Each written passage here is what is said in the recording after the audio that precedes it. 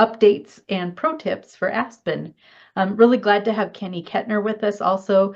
Kenny and Gil really are some of the wizards behind the technical aspects and really leading the charge with some of the updates that we've made to ASPeN that you may not even be aware of because they are those kind of subtle behind the screen or under the hood sorts of things that we've been working on for a variety of reasons.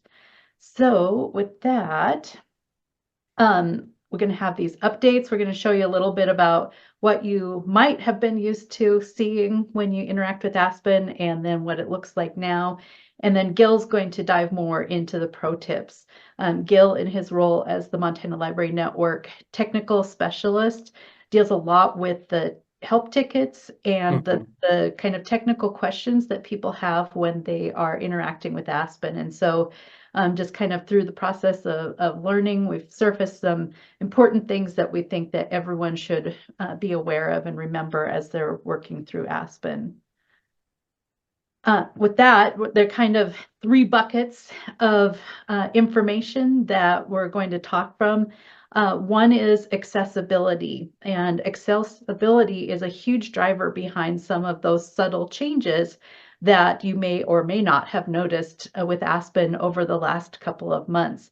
A lot of work has been done to address issues around colors and contrast, navigation, menus, and there's a fairly significant change to the calendar format that we want to make you aware of also. Something that's been in place for now, 2.5 years, is the change in login or authentication method, which is Okta. We just want to mention that because we're sometimes surprised that folks aren't aware of that change. They might not have logged into ASPeN for more than 2 years. And so we just want to kind of emphasize the importance of having the Okta account and using that to either get started in ASPeN or to come back and be working on certification or finding out about different events that you can register for.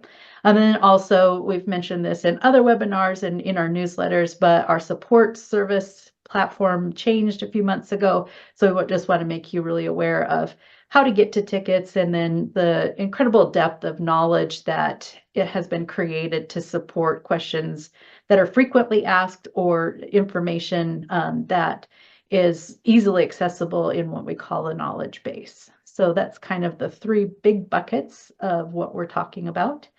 And let's see here. So one of the first things on the list is menus.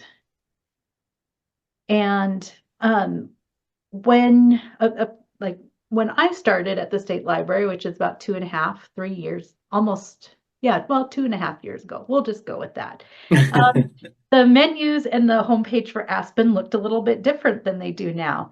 There's a couple of things that we did, which changed this tile for services to continuing education, little different color scheme, and that sort of thing. So one of the things that we want to call out and let you know is that it's actually pretty important to come back to ASPeN from time to time and just kind of refresh what your view and what your expectation is of what ASPeN will look like. So as I said, menus are something that have changed over the last couple of months. Again, really driven by needs around improving the accessibility of our website. So as you look at the menus, there's two main menu areas really on the homepage, and those are the tiles that you see. And then also in this blue area, just the alphabetical listing of different ways to interact with ASPeN. So and Gil's going to touch on this a little bit more as we get into the pro tips, but there are a number of ways to access the menus and the options and services within ASPeN from the tiles. And then in this menu on the right-hand side, and all of these except for continuing education do not require a login. So I don't want to steal any more of Gil's thunder, just want you to be thinking about that. There are a lot of things that you can do within ASPeN that don't require you to log in. And some of those things that we know are the highest kind of usages are using the calendar, the event calendar, to learn about meetings and webinars and learning events and that sort of thing. That doesn't require a login to be able to look at that and see that. The same with searching organizations, the same with searching for positions and people, and also for help. Although there's a caveat with the help. Once you get to a certain point, you do need to log in with your Okta credentials to create tickets. But that's kind of just a really quick overview of what's different about menus and searching. So look at the main tiles, but then also because we like to provide different ways for people to interact. And in fact, for accessibility, sometimes a list like the one on the right side here is the better way for someone who uses a screen reader or uses assistive technology to make their way through a list of items as opposed to scrolling or moving around on the page in general. So any questions about menus and anything that I didn't mention that kind of stands out to you as something that looks different from maybe the last time that you looked at ASPeN? You can put that in the chat or feel free to unmute.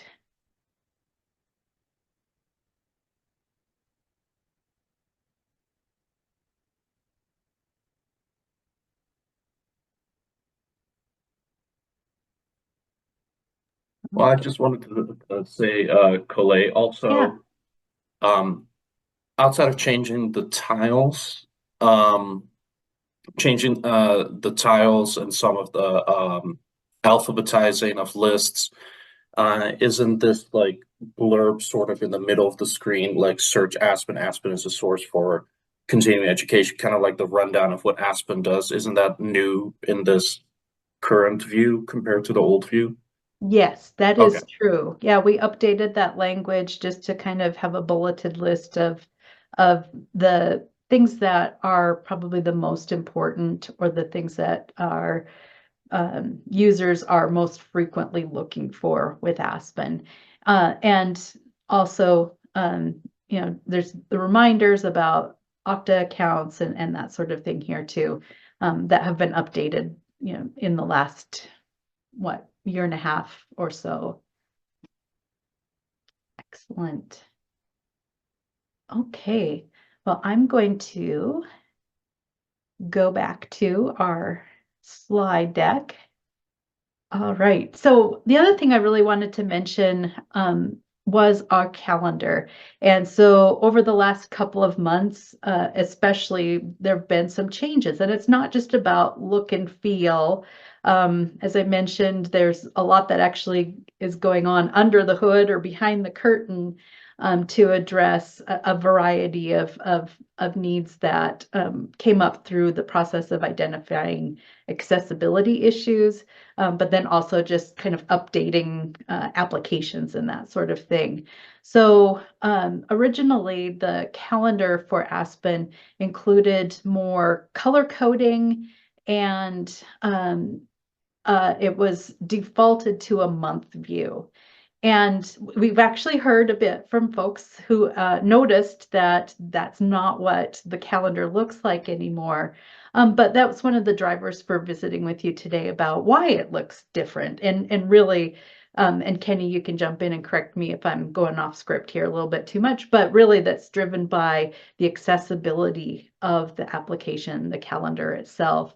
And so, as all of you know, we serve patrons with different, maybe invisible needs in terms of how they access information and how they interact with our website. So accessibility, we think of not just hearing impaired or visually impaired, but we also have to think about people who use assistive technology, something besides a mouse, or who have to use keyboard commands in order to navigate. And so one of the things that was surfaced as our website and ASPeN were evaluated was the just that navigation. So I'm gonna switch over here and we can go to the calendar from events, or you can click on events calendar, whichever is your preference. Both of those options go to the same place. And what you'll notice is we've got, we've always had this list, and that you'll see that as the calendar itself populates. There's a lot of information in ASPeN, and so that's part of the reason that it takes a few moments for the calendar view to actually pop up. So one of the best pieces of advice that I had as I was learning about ASPeN and using it is that when you're in that hold mode, it's actually a really good reason to take a sip of water and make sure that you're properly hydrating. So ASPeN is all about good health and service too. Okay, now that we've got that taken care of and the calendar is populated, what you'll see is that the calendar defaults to a week view. So this is the current week. It will always default to that view.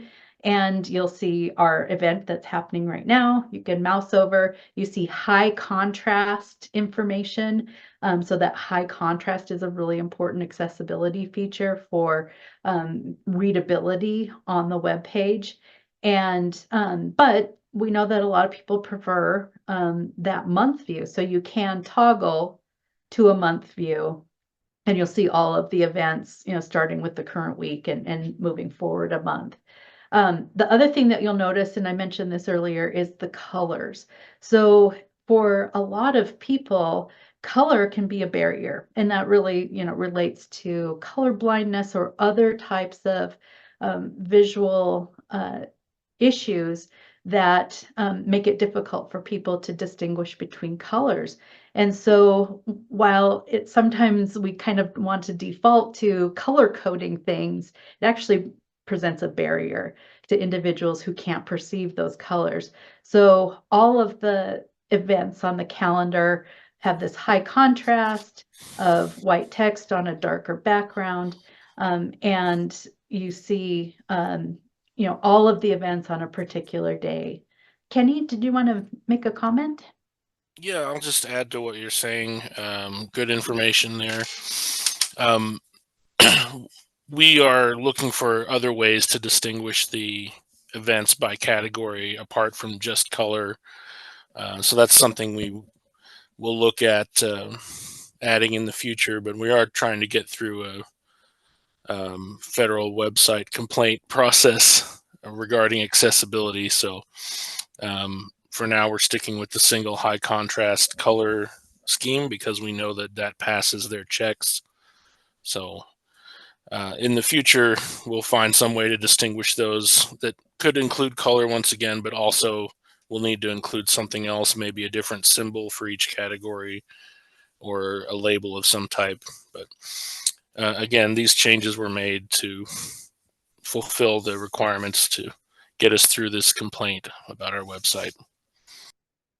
Thanks, Kenny. Yeah, it's important, I'll without going too much kind of off the beaten path, many state agencies, over the last 5 or 6 years have had these complaints that are just generally about how can we improve what we do to meet the needs of individuals with disabilities.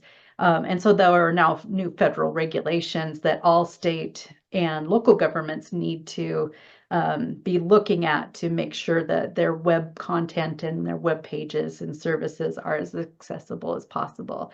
So hopefully you see a lot more activity around accessibility in any of the web pages that you're interacting with. I'm just going to point out really quick because I want to make sure that we turn things over to Gil for the pro tips. But just notice you can toggle between week and month, whichever is your preference. Something that hasn't changed is that there is this continuing list view of all calendar items, and they go up to a year into the future and they go back 4 years. So if you're looking for past webinars or something like that, that maybe you want to access resources, handouts, that sort of thing, you can use the list view below as well to just take a look at those.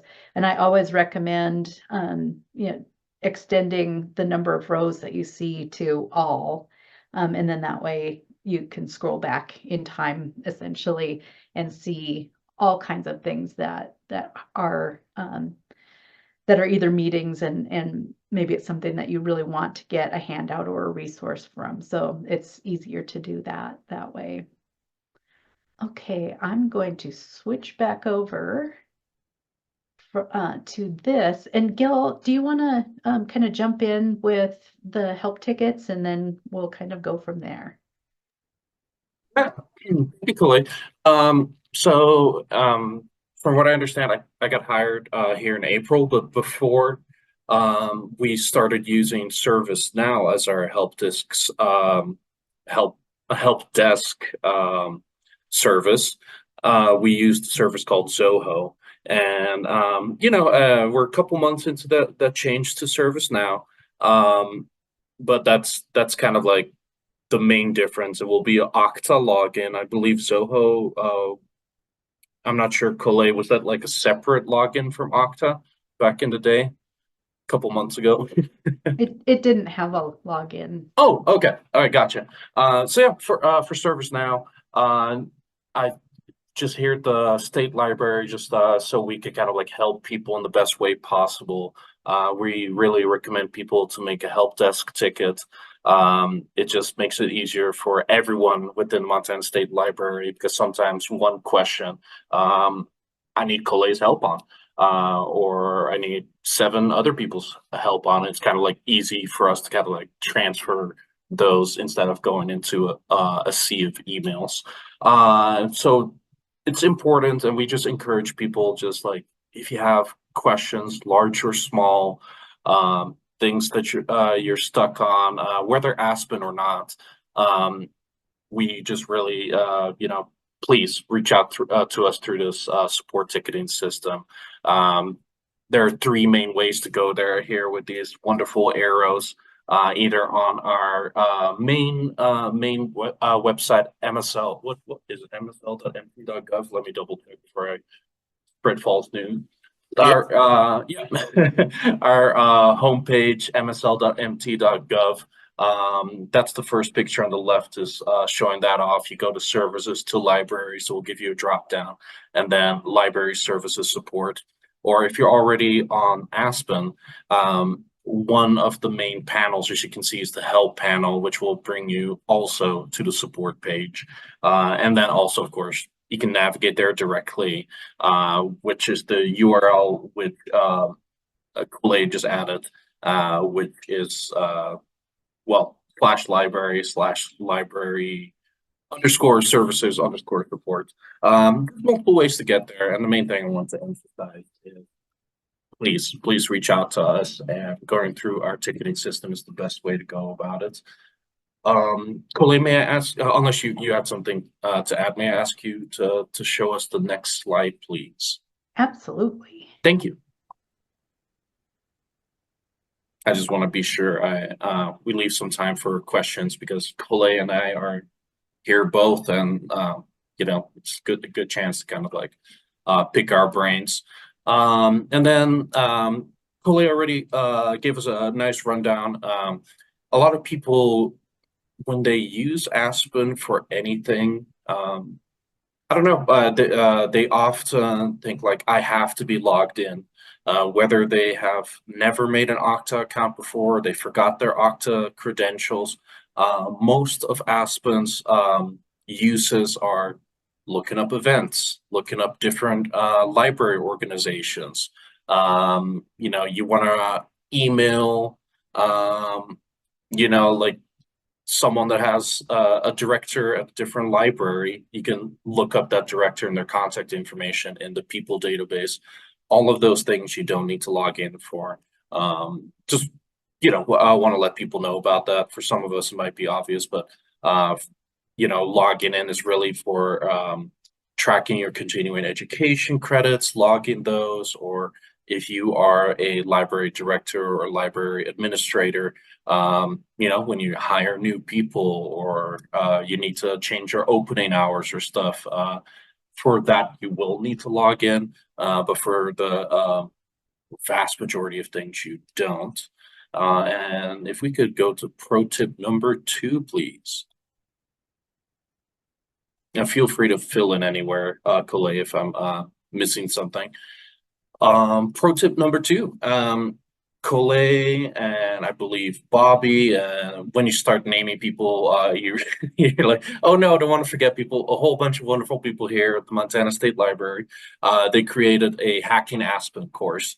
A lot of ASPeN is just, a lot of us, we learn by just practicing trial and error. But if you want to learn in a different way, in an additional way, we have a self-guided, self-paced course called Hacking ASPeN.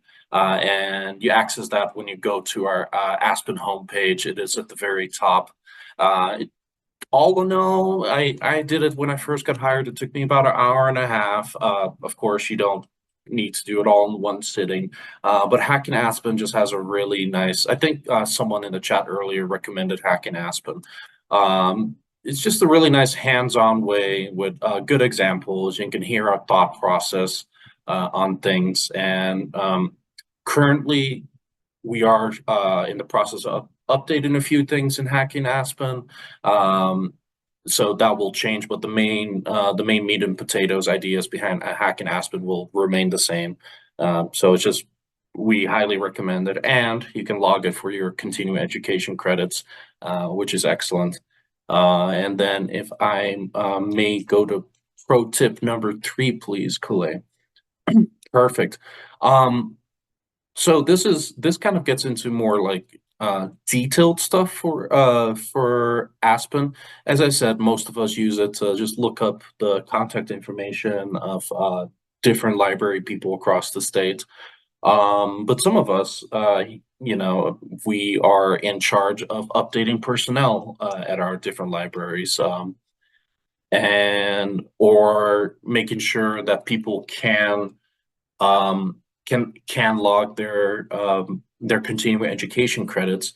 And if you're one of those people that does a bit more of the managerial part of ASPeN, sometimes kind of like from what I've been gathering from the tickets I've been getting, and I personally, when I first got hired, I was like, what, like position person, I think I know the difference, but it's like one of those, the subtleties, I guess, of that can be difficult. And the main reason why we, well, I will actually, because I wrote this out. Usually I don't love reading off exactly from a slide, but and then it looks, I just want to be sure I explain it well.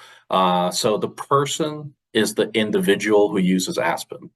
And then a user, so the person, the individual that's using ASPeN often has a separate email address from the position email address.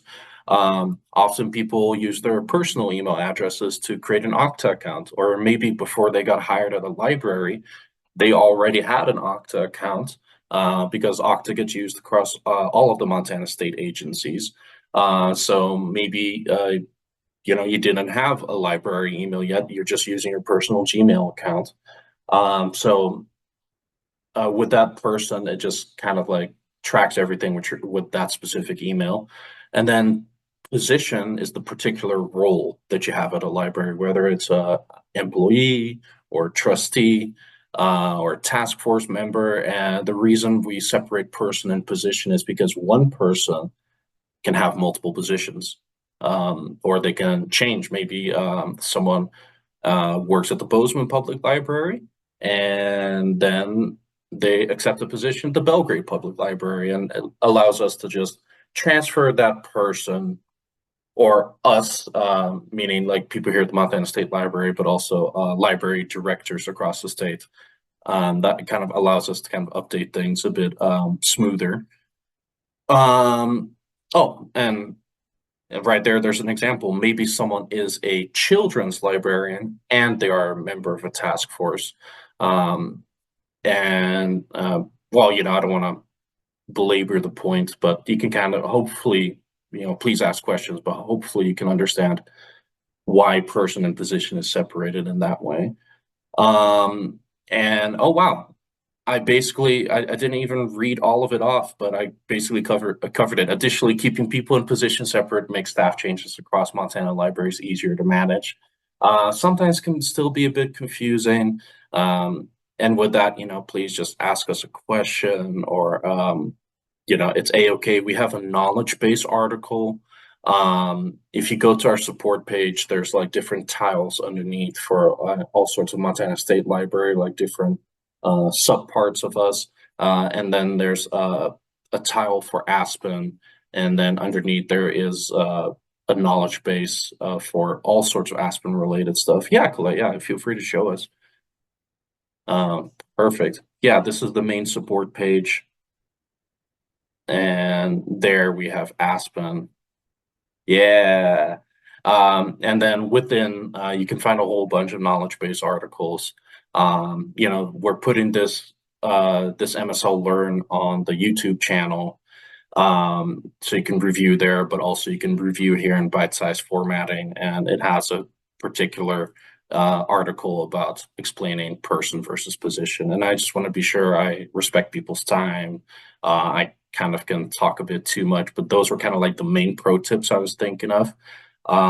Colette, did you have anything to add, or did you want to open up the field for questions?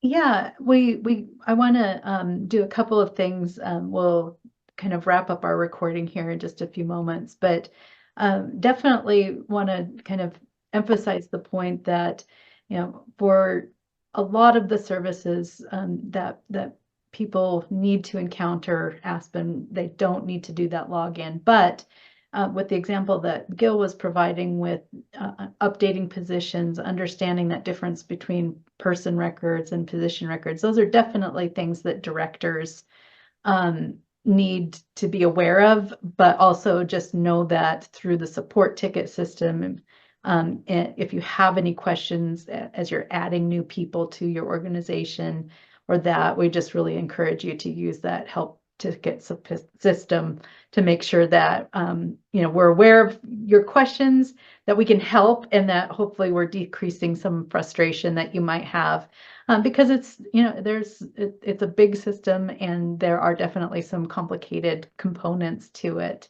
And so with that being said, I always need to remember to invite you to share your thoughts on our session today. We love to hear from you through our evaluation form. So please fill that out as you have time. And just a couple of other things. We've got another great session coming up on Thursday about a virtual Lego challenge.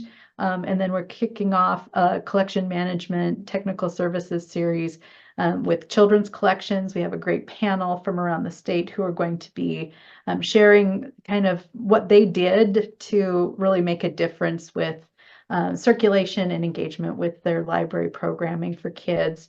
There's our QR code and the link for the evaluation form.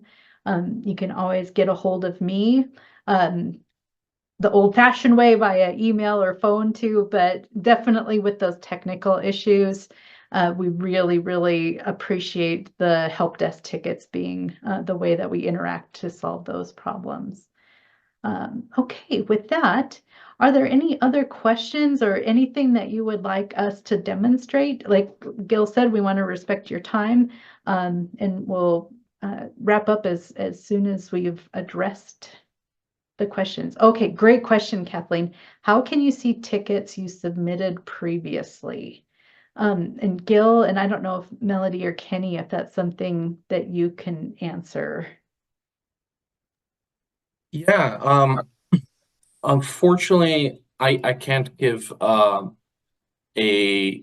what you call it, a view representation of that right now, because the way how it looks for state employees is a little bit different from what I understand. But you will have to log into the ticket page, and I think does someone have that link? Because that will be the most useful. Let's see, I think I have it actually. I can put it too, Gil. Oh, thank you. Because yeah, they do get gathered all into one single place. And when you do, and then it's just a matter of logging into your Okta account, and then you'll be able to see your whole history, if I'm right. I think Kenny wants to share a little bit on that. I think. Go ahead, Kenny. Yeah, I'm also trying to find the URL. Sorry, I don't have it handy. I think it's this. But yeah, if you log into ServiceNow with your Okta account, you can, I believe, get to your previously submitted tickets. Something like that, I think. Great. So put an asterisk by that answer, but we may have to get back with a clarification on that. Yeah, that's a good question, and just that's something also just for everybody to recognize that as state employees and we interact with the system a little bit differently. What we see is not always what you see. So being as descriptive as you can be in tickets really helps us understand from your perspective any problems or issues that you might be having, because our view is very different. Mm-hmm. I'm looking at it right now. Thank you very much for the link, guys. After you log in, the main place to go, because there's a lot of there's a lot of different spots towards the top right, Kathleen. I think it will be the same for you as well. Towards the top right, there will be a button that says My Requests, and your requests are your previous tickets. And at least with my view, when I click on there, I can see all of the tickets that I have made in the past under my request. And I think that will be the same for you, Kathleen. For anyone. Yeah. For us, it looks different as state employee users, so we have to get like an incognito window in our browser and log in with a citizen account to see what it looks like for you guys. So sorry for the slight confusion there. Yeah, that screenshots help us so much to be able to see what it is that you see. And it's probably a room for a follow-up presentation down the line. As we get more into ServiceNow. We have another question here as well. And I want to say, Kathleen, if it's okay with you, I'll just later today, I'll just take some screenshots of the citizen view and I'll send that to you. And then let's see, to open a ticket, is that under services to the library? I think if you follow that link that Cole put in the chat, the library services support link, that'll get you there.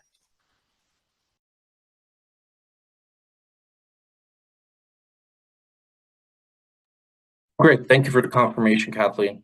I felt pretty sure, but I appreciate the confirmation that that's it. Well, let's see. I'm not seeing any other questions. I want to make sure I'm waiting and not missing something, but if you do have a question you want to just shout out, please go right ahead and do that. Okay, well, hearing none at the moment, thanks so much for joining us. We'll have our recording posted to the YouTube channel a little bit later today. And as always, be in touch with the questions that you have. And if there are other topics related to ASPeN that you would like us to do a short session like this, please let us know that as well. There's a lot. I know that we could probably do another one just on the continuing education components where you do have to be logged in. So I'll maybe put something like that on the calendar coming up. But thanks so much for joining us and have a wonderful day. Thank you very much, everyone. Happy Tuesday.